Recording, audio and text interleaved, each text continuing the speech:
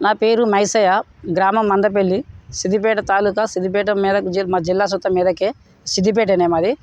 ఇక వర్ష కంపెనీ వాళ్ళు నేను మిర్చి పెట్టుకున్నాను అప్పటిస్తుంది. వర్ష కానీ వీళ్ళు నాకు అప్పటిస్తుంది ఆంజనేయులని జర పరిచయము, అప్పుడు ఇప్పుడు తిరుగుతుంటాడు.